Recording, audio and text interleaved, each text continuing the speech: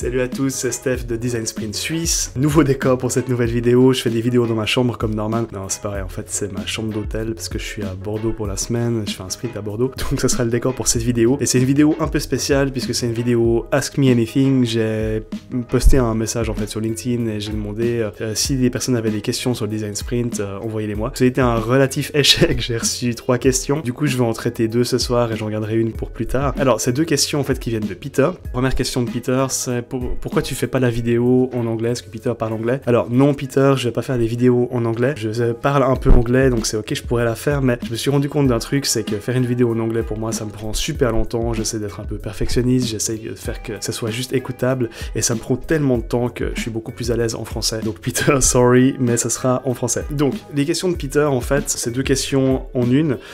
Donc c'est un petit peu passif-agressif au départ. La première chose c'est qu'il dit le Design Sprint ne convient pas pour tous les problèmes.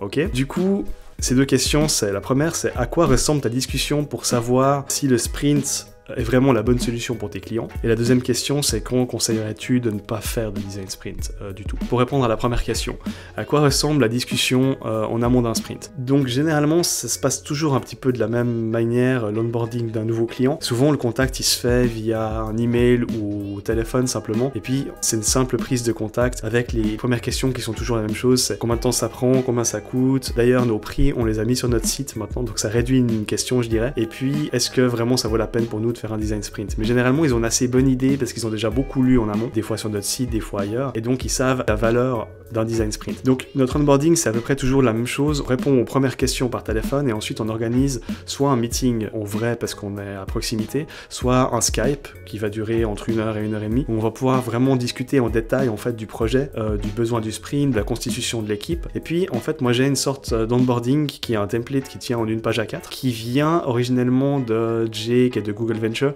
puisqu'il avait mis à disposition sur le site officiel du Design Sprint. Je sais pas s'il y a encore, mais c'était en tout cas originellement c'était à disposition.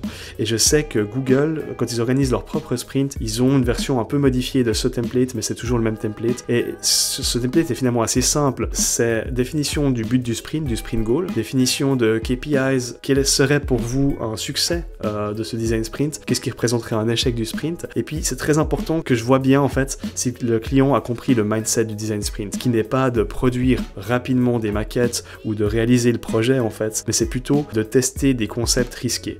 À ce stade, de se laisser une vraie latitude de décision et de vraiment rechercher des nouvelles idées. Et puis ensuite, ça va permettre de prioriser ces idées et de les tester. Et plus les idées sont risquées, plus ça vaut la peine d'organiser un design sprint. Donc je dirais ça doit vraiment être en amont du projet. Si on est dans un projet qui a déjà été plus ou moins créé, ça risque d'être compliqué d'amener un sprint. Deuxième question de Peter, c'est en fait quand conseillerais-tu de ne pas faire de design sprint du tout? Ce qui est pas très sympa de me demander vu que moi je suis quand même là pour vous parler du design sprint et j'en ai fait plein et je peux vraiment vous dire que c'est quelque chose de génial à faire et ça a toujours amené de la valeur, mais c'est vrai qu'il y a dans certains cas où ça vaut juste pas la peine de réunir 6-7 personnes pendant 5 jours pour régler un problème. Donc ces cas-là, c'est déjà si le problème est relativement simple et peut être réglé par une personne, même si cette personne va prendre 2 semaines ou 3 semaines pour le faire, au final c'est quand même beaucoup plus rentable que de réunir beaucoup de personnes pendant 1 semaine. Le sprint marche très bien dès que c'est des projets compliqués, très politiques, où il faut des expertises différentes pour des produits qui posent des tas de questions de l'ordre émotionnel par exemple, on veut tester ça sur des utilisateurs, dérisquer des choses aussi. Donc ça c'est vraiment des projets où ça mérite. Des projets où ça mériterait pas, c'est des projets où finalement tout est très clair, où il n'y a qu'à réaliser. Par exemple, faire un site internet, site WordPress ne mérite pas bien sûr de faire un design sprint, à moins que ce site, ça soit vraiment le nerf de la guerre, ça soit ce qui vous amène les clients.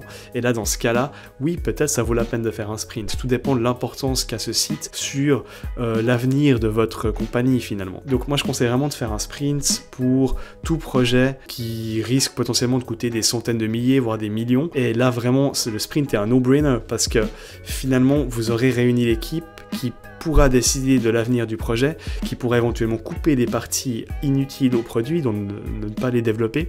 Donc ça c'est vraiment un vrai gain potentiel et finalement d'aligner toute l'équipe et vous allez réaliser le projet beaucoup plus vite par la suite. Le sprint devrait représenter environ 10 et 15% du budget total du futur projet. C'est toujours difficile à quantifier, mais si vous êtes dans ce tir-là, vraiment vous aurez fait une très bonne affaire et voilà, vous pourrez vraiment aller beaucoup plus vite par la suite. Pour résumer, ne faites pas de sprint Dès que c'est clair, dès que le projet, vous savez exactement quoi faire, là, allez-y à fond, réalisez-le. Dès que c'est flou, dès que vous devez mettre plusieurs personnes ensemble, dès que c'est un truc vraiment compliqué, là, faites un sprint, vraiment, c'est un no-brainer. Voilà, j'espère avoir répondu à votre question. C'est la fin de cette vidéo, j'en referai bien sûr s'il y a des nouvelles questions qui viennent, peut-être même en live, ça serait cool. D'ici là, joyeux Noël, bonne fête de fin d'année. Vous nous retrouvez ici à l'adresse qui s'écrit là en bas, donc n'hésitez pas à envoyer des questions, etc.